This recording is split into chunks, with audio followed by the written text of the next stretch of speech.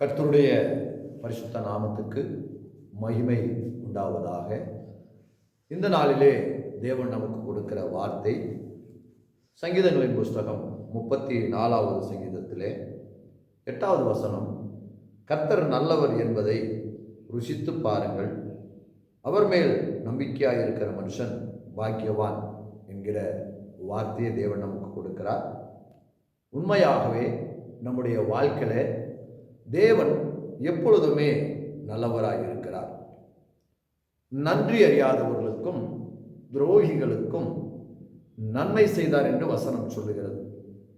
அருமையான தேவனுடைய பிள்ளைகளே, நம்முடைய வாழ்க்கையில இன்பமானாலும் துன்பமானாலும் எந்தவித சோதனைகளானாலும் அதில் தேவன் நமக்கு நன்மைக்காகவே அதை அனுமதிக்கிறார்.